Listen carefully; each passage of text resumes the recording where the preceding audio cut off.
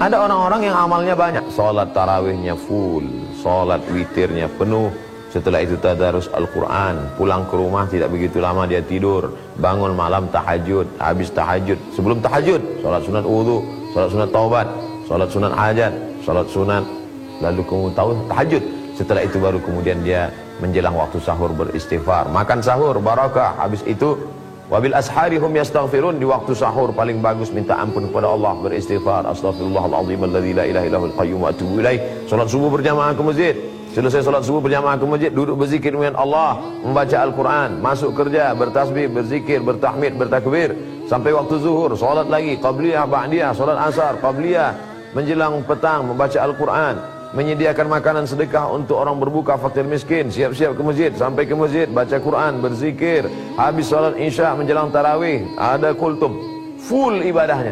Tapi ternyata tidak masuk surga, kata Nabi SAW. Kenapa? La yadkhulul jannata, tidak masuk surga. Siapa dia? Qati'ur rahim, orang yang memutuskan tali silaturahim. Sahih Bukhari ada, Sahih Muslim ada. La yadkhulul jannata, tidak masuk surga. Siapa dia? Qati'ur rahim, orang yang memutus tali silaturahim. Oleh sebab itu apa pesan Nabi Muhammad SAW? Man ahabba ayyubsata lahu fi rizqihi, siapa yang mau lapang rezekinya, wa yunsa'a lahu fi atharihi, dipanjangkan umurnya, falyasil rahimahu, hendaklah dia menyambung tali silaturahim. Hadis ini muskil, problem. Karena dalam Al-Quran dikatakan idza jaa ajaluhum, kalau ajal sudah sampai, la yastakhiruna sa'atan, tidak dapat ditunda walau sesaat, wala yastaqdimun, tidak pula dapat dimajukan sesaat. Kalau sudah ajal usia sampai, tidak bisa mundur sejenak, tidak bisa maju walaupun sedikit. Mengapa silaturahim bisa menambah umur? Dibahas oleh Syekh Muhammad Mutawalli Asy-Sya'rawi, ulama besar Al-Azhar, Syekhul Mufassirin, gurunya para ahli tafsir. Disebutkan dalam kitab Al-Fatawa Al-Kubra, fatwa-fatwa besar Syekh Muhammad Mutawalli Asy-Sya'rawi. Apa kata beliau? Ada dua makna. Yang pertama, memang Allah bisa merubah umur orang. Semua tertulis di Lauhul Mahfuz, lauh papan mahfuz yang terpelihara, terjaga.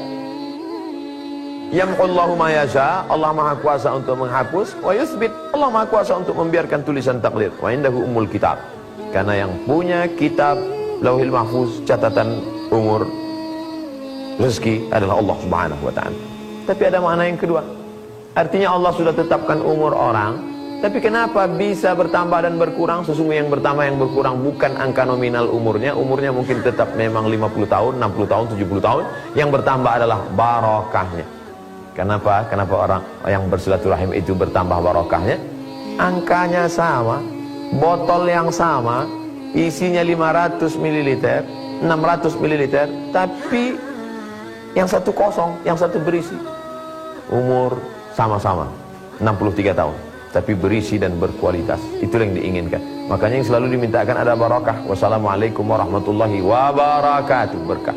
Sebelum makan yang dimintakan barakah, Allahumma barik lana. Anak yang baru lahir dimintakan barakah, barakallahu laka fil mauhub. Orang yang baru menikah dimintakan barakah, barakallahu lakum wa baraka alaikum wa ja'ala bainakum fi khair. Minta keberkahan. Maka dengan bersilaturahim bertambah berkah. Ma min muslimaini, ada dua orang muslim, yaltaqiyani, berjumpa, wa yatasafahani, berjabat tangan, illa ghufira lahuma, Allah ampunkan dosa mereka berdua, malam yatafarraqa, sebelum mereka berpisah. Orang yang bersaudara di dunia, maka di akhirat nanti dicari Allah Subhanahu wa taala. Apa kata Allah? Ainal mutahabbuna bi jalali. Mana orang-orang yang dulu berkasih sayang karena aku, bukan berkasih sayang karena harta, bukan berkasih sayang karena kuasa, bukan berkasih sayang karena kepentingan dunia. Ainal mutahabbuna bi jalali, mana orang yang dulu berkasih sayang karena aku, adhilluhum tahta dhilli, aku akan berikan mereka naungan di bawah singgasana arasku. Pada saat panas terik padang mahsyar, ada orang yang mendapatkan naungan khusus. Siapa dia? Orang-orang yang bersaudara karena Allah. Maka sambung tali silaturahmi. Di hari baik, bulan mulia, selama ini belum melihat momen saya sebenarnya marah, sebenarnya emosi. Kapan momen terbaik?